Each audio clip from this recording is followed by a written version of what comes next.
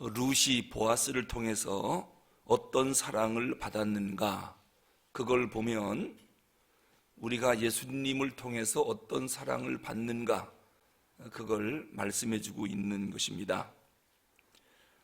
우선 보아스는 룻을 무조건적으로 용납하는 사랑을 베풀어 줍니다. 룻이 보아스의 사랑을 받을 만한 자격이 있는 사람이 아닙니다. 말씀드렸듯이 이방 여인이에요. 어쨌든 지난 과거가 있는 과부예요. 거기다가 너무 가난해요. 그런데 보아스는 예루살렘에서 유력한 자예요. 한마디로 지성인 중에 지성인이에요. 그렇기 때문에 결혼 조건으로 볼 때는 보아스가 룻을 쳐다보지도 않아요. 그런데 보아스가 룻을 보는 순간 무조건적으로 받아줍니다. 여러분, 우리가 예수님 앞에서 사랑받을 만한 조건이 있는가 한번 생각해 보십시오. 그런데도 불구하고 주님은 묻지 않고 사랑하셔요. 그냥 무조건 용납해줘요. 죄가 있는데도 용납해줘요. 심지어는 주님과 원수 되었을 때도 그냥 용납해주는 사랑을 우리에게 베풀어요. 그래서 우리가 구원을 받은 것입니다. 우리가 하는 짓을 보고 하나님이 구원시켜 주겠다라고 했다면 구원받을 사람이 한 명도 없을 것입니다. 룻이 보아스를 통해서 무조건적으로 용납해주는 사랑, 그 사랑을 받습니다. 두 번째는 어제 말씀드린 대로 책임져주는 사랑입니다. 사랑은 책임지는 겁니다. 사랑한다 말해놓고 책임지지 않는다, 그의 필요를 채워주지 않는다, 그게 무슨 사랑입니까? 룻이 당장 필요한 게 뭐냐면 오늘 아침 먹을 양식이에요. 보아스가 당장 육의 필요가 무엇인지, 그리고 룻이 정신적으로 무엇이 필요한지, 영적으로 무엇이 필요한지 너무도 잘 알고 있습니다. 그 필요를 충분히 채워줍니다. 우리의 필요가 무엇인지 예수님이 가장 잘 아십니다. 내가 나를 아는 것보다도 예수님이 나를 더 잘 아셔요. 그래서 때를 따라 돕는 하나님의 은혜로 우리의 필요를 적절하게 채워주십니다. 너무 과하면 교만해지고, 너무 부족하면 비굴해지고, 교만하지도 않고 비굴하지 않도록 우리의 적절한 필요를 예수님이 채워주고 있습니다. 그리고 오늘 본문에서 우리가 한 가지 더 확인할 것은 룻이 보아스를 통해서 14절에 보니까요, 보호해주는 사랑을 받습니다. 자, 룻이 보아스가 잠자는 그 발치에 누워 있습니다. 그때 보아스가 룻에게 뭐라고 얘기하느냐면, 여인이 타작마당에 들어온 것을 사람이 알지 못하게 하여야 할 것이라 하였습니다. 지금 룻과 보아스는 결혼한 사이가 아닙니다. 그렇기 때문에 한 이불을 덮고 잘 그런 관계가 아닙니다. 특히 룻은 현숙한 여인으로 예루살렘 거리에 소문났습니다. 만약에 룻이 결혼도 안 했는데 보아스라고 하는 총각 타작마당에 몰래 들어와서 그날 밤 같이 밤을 보냈다, 이게 소문이 나면 오해를 받게 돼요. 우선 타작마당에 몰래 들어왔다, 둘 중에 하나죠. 도둑인가? 도둑으로 오해받을 수 있어요. 두 번째는 현숙한 여인이라고 하더니 아주 못된 며느리로구나. 어떻게 결혼도 안 했는데 문 남자의 품에 저렇게 밤을 지새울 수 있을까?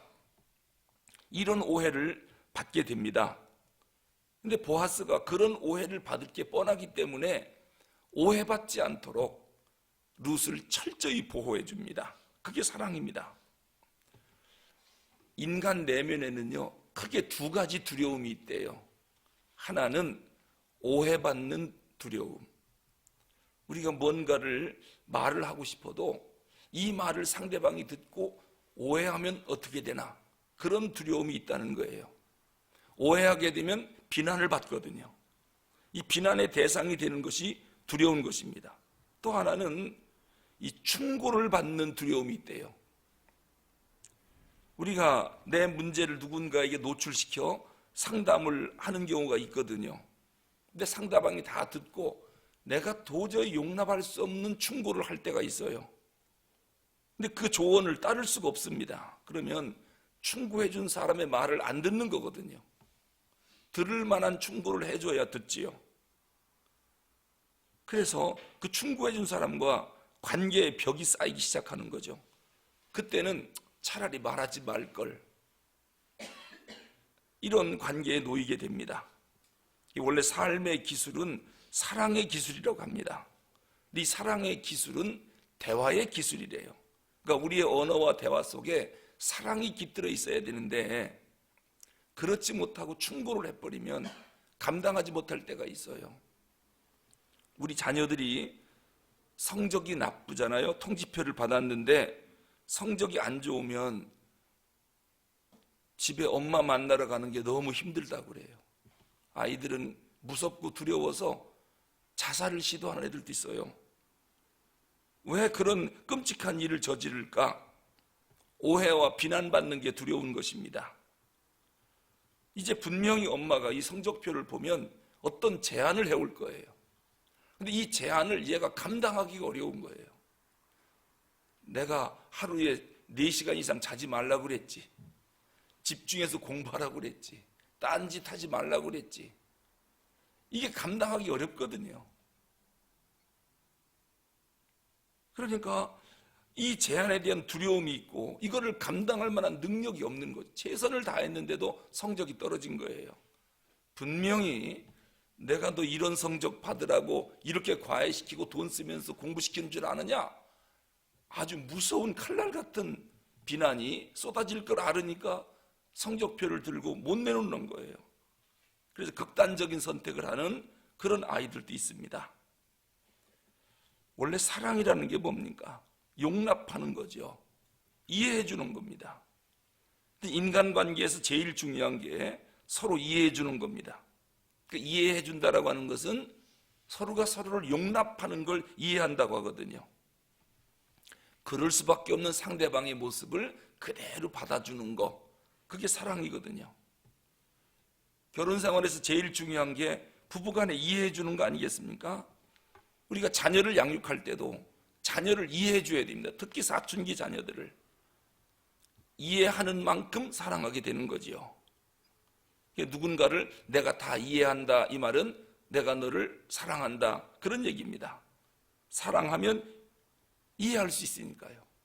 그런데 말은 사랑한다고 하면서 도대체 내가 너를 이해할 수가 없다, 이 말이 앞뒤가 안 맞는 거지요. 보아스는 지금 룻을 전적으로 이해를 해줍니다. 일단 룻이 오해받지 않도록 보호해 줍니다. 상대방이 피해를 입도록 놔두는 것은 사랑이 아닙니다. 용납해주고, 그리고 용납의 단계를 뛰어넘어 보아스는 룻의 필요를 채워주고, 그리고 필요만 채워주는 게 아니라 끝까지 룻을 보호해주는 그러한 보아스를 보게 됩니다. 특히 이 룻의 안전에 대해서 보아스가 책임을 집니다. 다른 사람이 오해하면 룻이 힘들 테니까. 우리가 아가서에 보면 솔로몬이 술람미 여인을 사랑합니다. 근데 사랑이 깊어지면 깊어질수록 솔로몬이 무엇을 고백하느냐 하면 책임을 고백해요. 술람미 여인에 대한 책임을 내가 져야 되겠다, 책임감을 느껴요. 이 책임감은 어떻게 나타나느냐? 술람미 여인을 끔찍히 보살펴요. 이게 사랑 아니겠습니까? 그러니까 사람이 사람을 어떻게 사랑하느냐? 아가서에 보면은 사랑은 이렇게 하는 거로구나, 이렇게 책임지고 이렇게 용납하고 이렇게 보호해 주는 것이 사랑이로구나, 그걸 아가서를 통해서 우리가 볼 수 있지요. 여러분, 휴식과 안식은 다르거든요. 휴식은 그냥 아무 일도 안 하고 가만히 쉬는 게 휴식이고, 안식은 쉬면서 동시에 재충전하는 게 안식입니다. 면도기로 말하면 면도기를 쓰고 그냥 놔두면 요거 휴식입니다.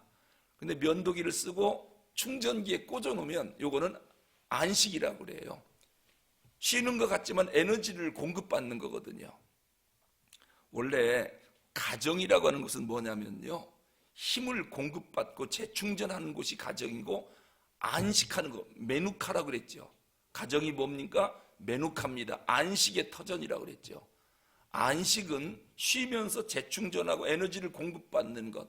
하루 종일 일하고 집에 들어갔는데 파김치가 됐지요. 하룻밤 쉬고 나면 그 다음날 아침에 에너지를 공급받아서 또 새벽같이 뛰어나가 일할 수 있는 힘을 공급해 주는 곳이 가정이거든요. 그래서 가정은 쉬는 곳이 아니라 안식하는 곳이라고 그래요.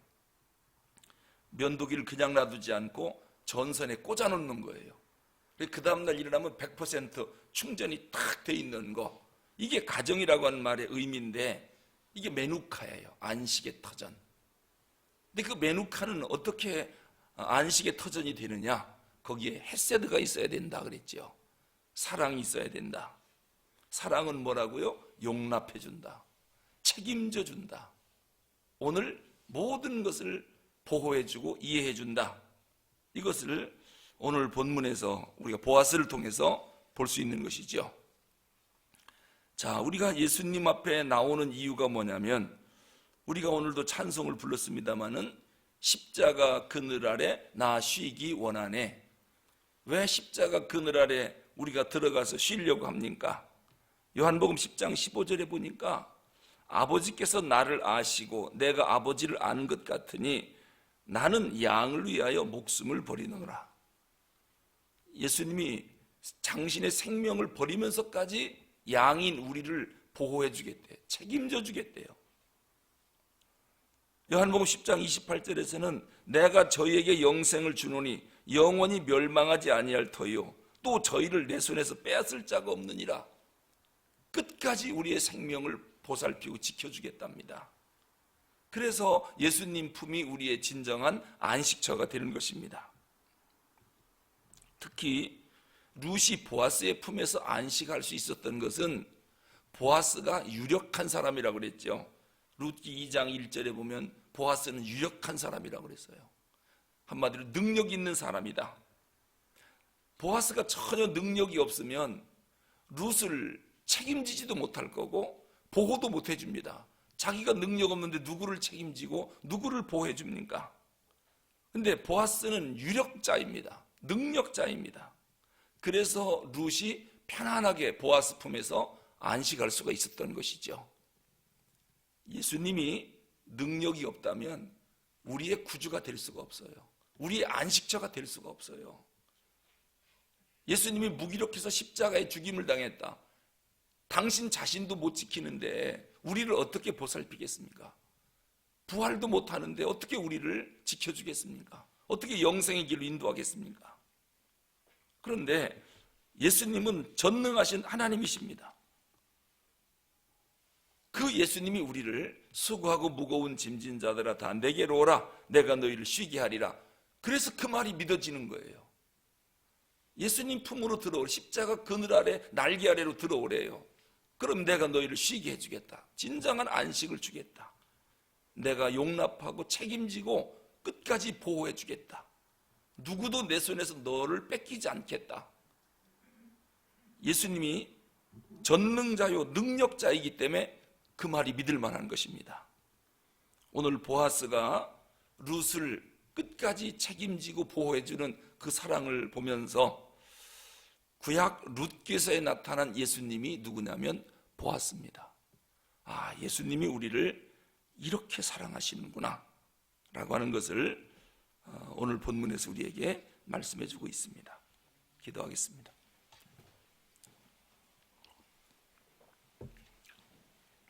하나님 아버지, 허물 많고 죄가 많음에도 불구하고 이렇게 용납해 주시니 감사를 드립니다. 우리의 연약함을 묻지도 않고 보시지도 않고 죄만 있어 하나님과 원수 되었을 때에도 우리를 이렇게 용납하고 사랑해 주시니 감사하고 우리의 모든 것을 다 책임져 주시고 우리의 필요를 공급해 주시는 그 주님을 사랑합니다. 또 우리를 눈동자와 같이 털끝 하나 상치 않도록 보호해 주시는 하나님의 사랑을 오늘 보아스를 통해서 다시 확인했습니다. 하나님 은혜 감사합니다. 이제 오늘 한날의 삶도 룻이 보아스의 사랑을 받았듯 주님의 사랑 듬뿍 받는 복된 하루가 되게 하여 주시고, 십자가 그늘 아래, 그 날개 아래 결코 벗어나지 않도록 참 안식과 쉼이 우리 주님 품 안에 있다는 것을 기억하고 주님과 동행하여 승리하는 하루가 되게 하여 주시옵소서. 우리 주 예수 그리스도 이름으로 기도하옵나이다.